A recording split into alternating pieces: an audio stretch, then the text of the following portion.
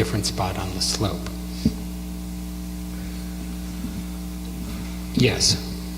Yeah, I don't think it's the aim of this commission to encourage that kind of replication anyway, and I don't think it was your aim to do that.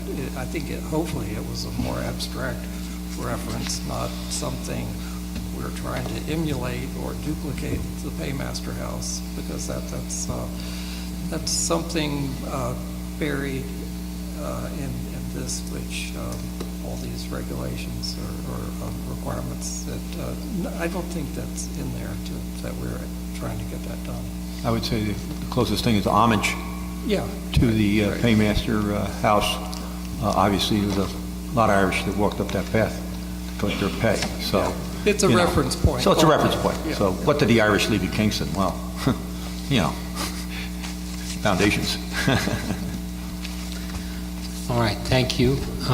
Let's take a moment to plow through the description of 405-64 subsection C. All applications shall be considered by the Commission on at least the following points. These points to be used as a basis, where relevant, for establishing relationships to the external features of buildings in the immediate neighborhood. I think this is of particular importance when we have new construction like this. The building height in relation to surrounding buildings, the relationship to nearby roof shapes, the relationship between the width to height of the front elevation, the size, proportion, and spacing of openings within the facade and elevations exposed to view, the rhythm and spacing of buildings and building elements on the street, the design and placement of entrances and projections, the relationships of materials, textures, and colors, the relationship of architectural details, the continuity of walls, the relationship of landscape elements, the appropriateness of paving, and the effect on existing or historically significant spaces. All right, that's quite the checklist there. And I would say at least 2/3 of these apply to the project that we're dealing with here. We're not going to be discussing appropriateness of paving, perhaps, but the effect on existing or historically significant spaces, for example, is clear. The Company Hill Path perhaps being the most clear example in my mind. It's going to have an effect. What will that be? Will it be essentially positive, negative, or will it be, in our opinion, unimportant? We can plow through these one by one if you'd like, or I would be more tempted to take a little time and click through the ones that come out to each member as being important in relationship to this particular proposal. For me, just taking them in order, the building height in relation to surrounding buildings, I think the sinking of this building into the hillside brings it closer to the building heights of the surrounding area. There is, I know, the projection on top. I think it is less jarring from most views because of the way it is tucked in behind. I'm also sensitive to the relationship between the width to the height of the front elevation. This is a building with 2 fronts, which is certainly unusual, but I think each of them are an expression of the character of what's nearest it. The Italianate 3-story buildings are echoed in the 3 stories of the Strand side. The lower profile from Abeele Street is closer to what is already on that street. Some are higher, some are lower. The slope of the hill has its own impact there. Design and placement of entrances and projections, that I feel is most important when dealing with the Strand side. It's a complicated layout. I see some attempt to regularize with the doors beneath. It is incomplete and not totally regular. On the Beale Street side, it is more regularized, and the pattern there is more complete. It's a little staggered, I'd say, on the Strand Street side. Relationships of materials, textures, and colors. Again, I'm drawn positively to the echoing of the bluestone on the lowest level and the brick above as a pattern that is powerful throughout our city. A relationship of architectural details I will leave to others. I'm not an aesthete enough to compare and contrast Calvert Row on one side to the more businesslike and industrial scale on the Strand Street side. Relationship of landscape elements, I appreciate your addition of those. It gives me a better idea. They are not extensive on this, except for the treatment of the Company Hill Path, I feel is extremely important.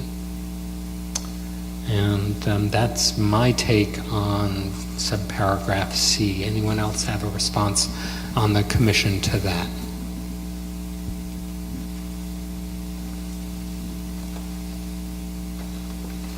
I'd like to just comment on the effect on existing or historically significant spaces. I think this will have a very positive aspect on the Company Hill Path. Right now, the Company Hill Path, I mean, a lot of locals use it. I mean, it's a nice path and stuff, but it doesn't really feel like it's drawing you in, much the way that the Paymaster building did, with the dramatic staircase and entrance that went from the Company Hill Path up to the ascending staircase to the landing into the building. It honors that, and I think it draws a lot of attention. I think people visiting the Rondout will say, hey, there's an interesting building up there. Oh, there's a path that goes up there. They will explore it. Hopefully they'll wander into the Irish Cultural Center and learn a little bit more about its history.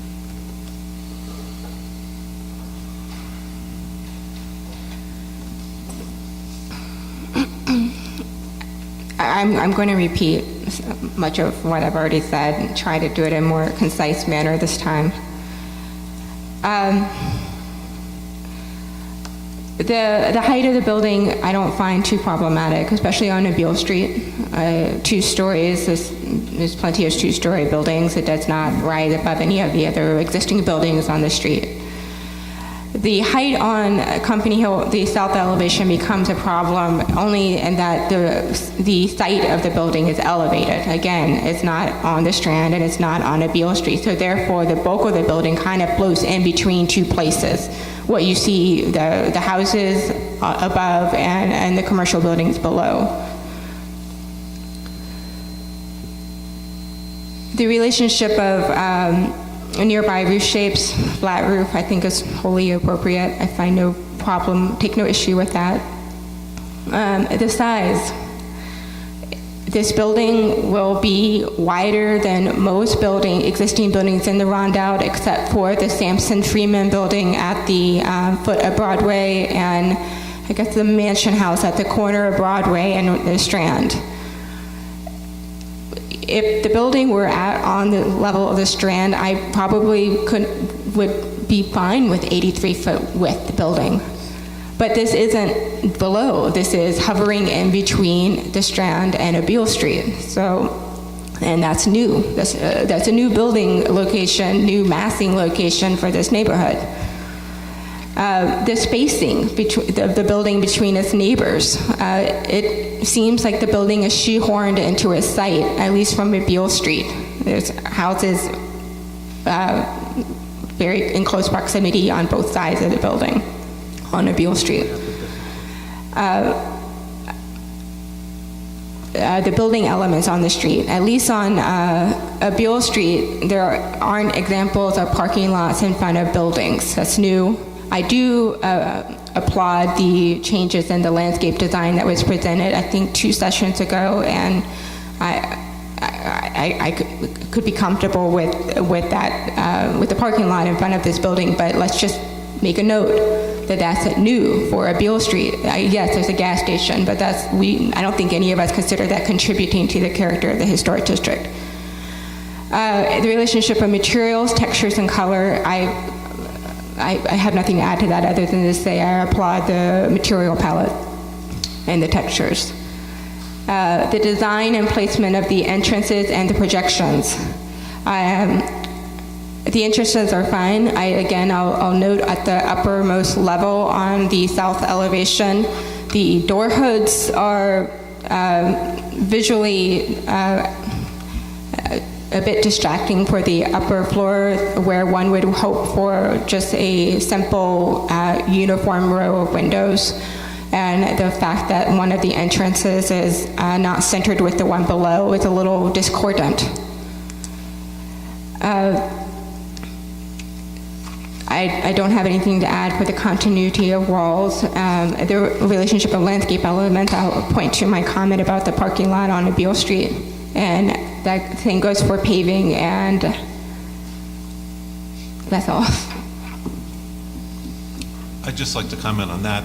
There is a structure 2 lots down. It's an old mansard. I assumed it was a single-family home at one time. It's now apartments, and there's parking in front of it, so... It wasn't historically built with a parking lot. I'm looking to the historic character of the neighborhood. I'm not looking for adding more I don't think any of us are in favor of more parking lots in front of buildings, and in fact, that was an issue at one of our meetings not long ago. Anyone else want to take a stab at the criteria laid out? Does anyone else on the commission want to discuss the criteria laid out in subsection C? I'll just mention a couple things. I don't want to go over each item.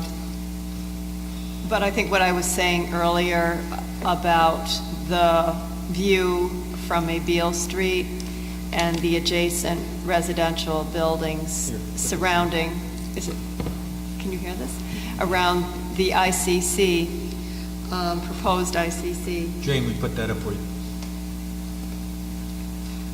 The top line, Beale from a Beale Street.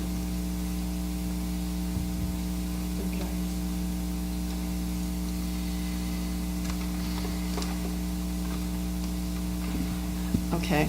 On the tract of land that it stands on, there is barely any green space on either side. And of course, with the parking lot facing the Beale and being built right into the Company Hill path, there's not a lot of greenery. And that is a change when you're viewing via Beale Street scape. And so I do see that the house next to, when I'm looking here, the house to the left.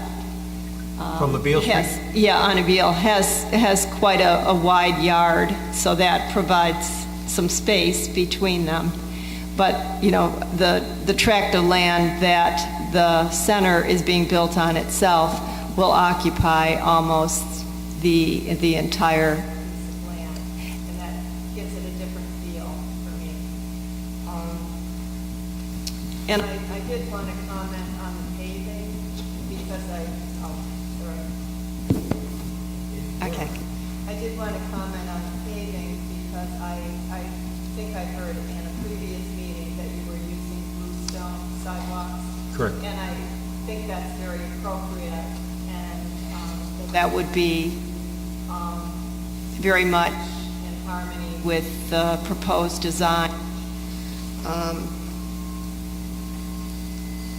And then lastly, the effect on existing or historically significant spaces. We've talked before about how the construction of this building can my mind, have a dramatic effect on the feel of the neighborhood. And if I'm interpreting this correctly, I think it will have an effect on the existing and historically significant spaces in the roundabout. So I wanted to comment on.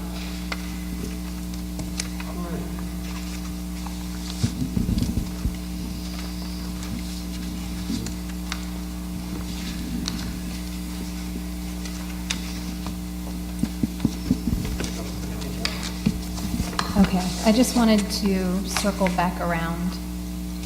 I'm not going to go through each of these, but I did mention, referring to the criteria in 405-64C, I'm specifically concerned with what I've numbered 2, 3, 5, and 12, which I'll read those. The relationship in nearby roof shapes. I think that argument can be seen as there being a similar roof shape from the West Strand facade. The flat roof and even the size of the roof makes a lot of sense to me, tying into the buildings along the West Strand side. It's harder for me to see the relationship to the buildings that are on the Abele side, and the bulkheads too, while I understand why they need to be there, are difficult to reconcile on that facade. Number 3, the relationship between the width to height of the front elevation. It's most notable to me when I look at the elevation that's on the West Strand side, that the building truly is almost as big as it could possibly be. And this then ties into my next concern, the rhythm of spacing of buildings and building elements on the street.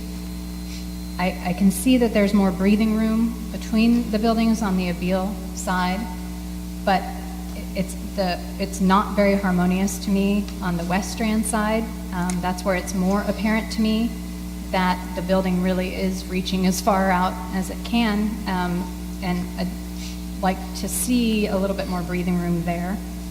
And then lastly, what I identified as number 12, which is the effect on existing or historically significant spaces. And I've already spoken about my concern about that, but ultimately I can't reconcile those criteria, which we're asked to do. Most specifically on the Abele side, I find the West Strand side more successful in the relationship between existing buildings. And that's my concern. I keep being brought back by comparison to relationships between the buildings, to the problem of scale and its effect upon the buildings in the landmark district and even upon the district itself.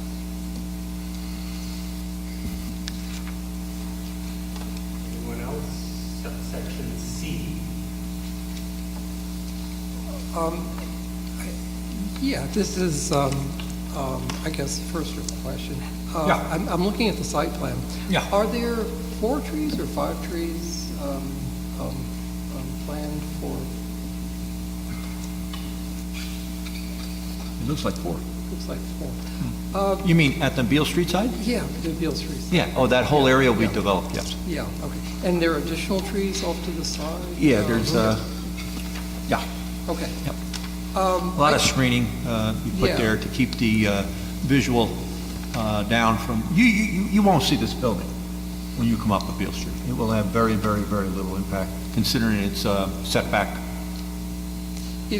I guess what I'm really getting at is if these are nice, full, mature trees one day, that goes a long way in my book in terms of a planting scheme. If they're little dwarf whatevers, then it takes 30 years. That's kind of a downer. But if these are really nice trees, it's going to be it's going to, let's just put it this way, soften the blow of the parking, but thank goodness the number of parking spaces is not extravagant like it was in earlier schemes. So I'm getting more comfortable with the area between the curb and the face of the building.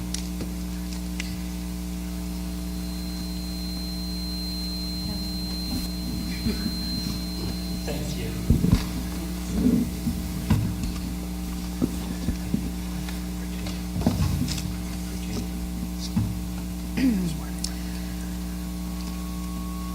I just want to address the effect on existing historically significant spaces. I do think that considerable progress has been made in terms of the design, in terms of hearing various requests on the part of the ICC. But I do want to point out that the Company Hill Path will be improved by the ICC, but it is a bit of an issue for me that the building kind of becomes the dominant part and kind of dominates the Company Hill Path. That's all I want to say.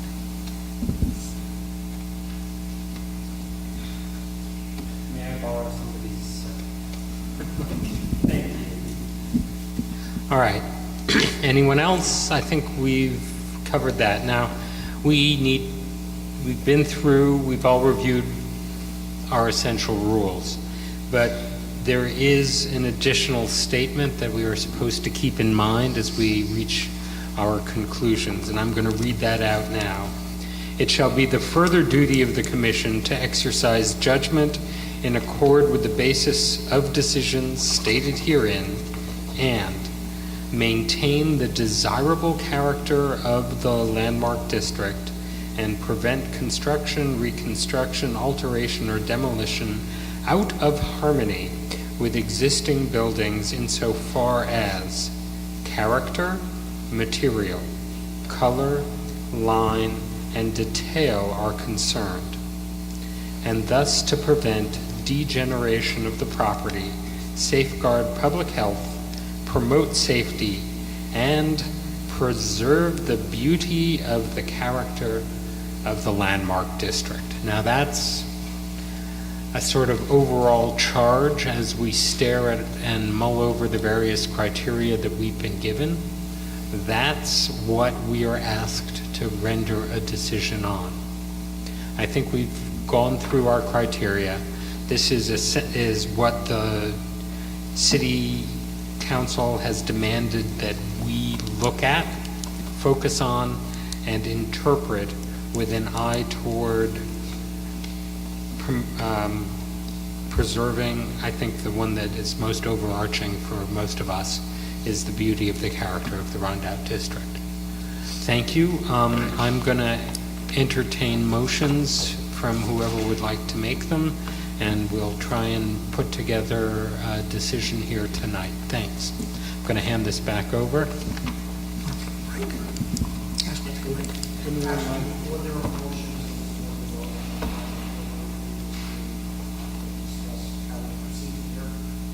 There's a question for council. All right. Is this a good time for a break? Step in with him and see what concerns arise out of this.